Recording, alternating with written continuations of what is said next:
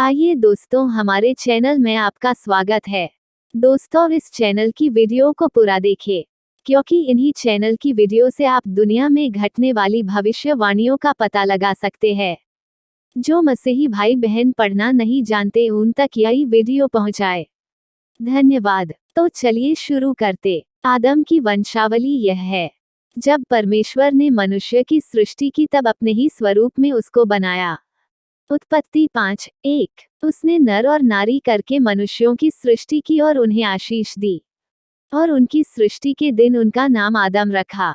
उत्पत्ति 5:2। जब आदम 130 वर्ष का हुआ, तब उसके द्वारा उसकी समानता में उसी के स्वरूप के अनुसार एक पुत्र उत्पन्न हुआ, उसका नाम शेत रखा। उत्पत्ति 5:3। और शेत के जन्म के पश्चात आदम 800 वर्ष जीवित रहा, और उसके और भी बेटे बेटियां उत्पन्न हुई। उत्पत्ति 5:4। और आदम की कुल अवस्था 930 वर्ष की हुई, तत्पश्चात वो मर गया।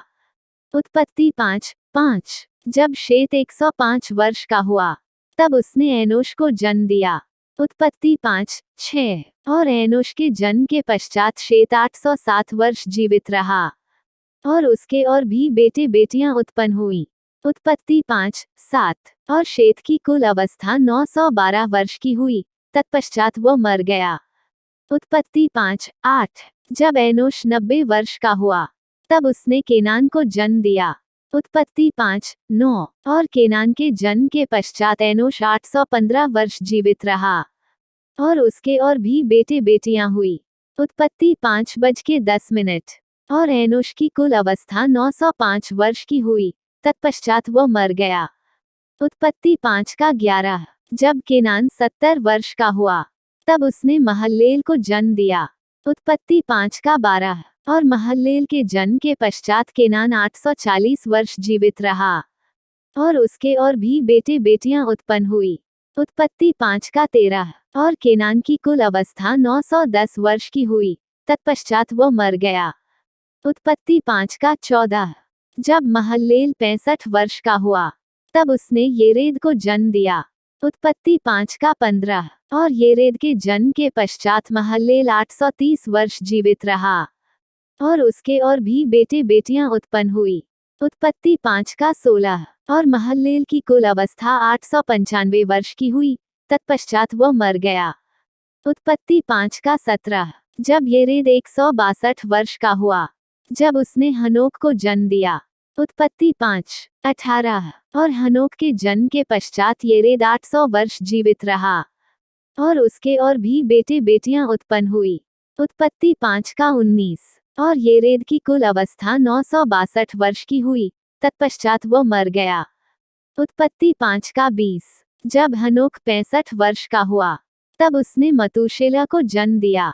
उत्पत्ति 5:21। और मतूशेलह के जन्म के पश्चात हनोक 300 वर्ष तक परमेश्वर के साथ साथ चलता रहा, और उसके और भी बेटे बेटियां उत्पन्न हुई। उत्पत्ति 5:22। और हनोक की कुल अवस्था 365 वर्ष की हुई। उत्पत्ति 5:23। और हनोक परमेश्वर के साथ साथ चलता था, फिर वह लोप हो गया, क्योंकि परमेश्वर ने उसे उठा लिया। उत्पत्ति 5:24। जब मतूशेलह 187 वर्ष का हुआ, तब उसने लेमेक को जन्म दिया। उत्पत्ति 5:25।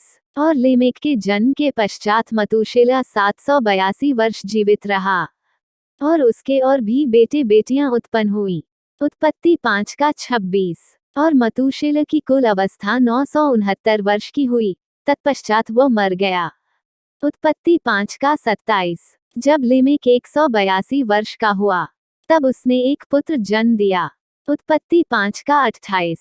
और यह कहकर उसका नाम नूह रखा, कि यहोवा ने जो पृथ्वी को शाप दिया है, उसके विषय यह लड़का हमारे काम में और उस कठिन परिश्रम में जो हम करते हैं, हमको शांति देगा। उत्पत्ति 5:29। और नूह के जन्म के पश्चात लेमेक 595 वर्ष जीवित रहा, और उसके और भी बेटे बेटियां उत्पन्न हुई। उत्पत्ति 5:30। और लेमेक की कुल अवस्था 777 वर्ष की हुई, तत्पश्चात वो मर गया। उत्पत्ति 5:31। और नूह 500 वर्ष का हुआ, और नूह ने शेम और हाम और येपेत को जन्म दिया। उत्पत्ति 5:32। वीडियो देखने के लिए आपका बहुत बहुत धन्यवाद।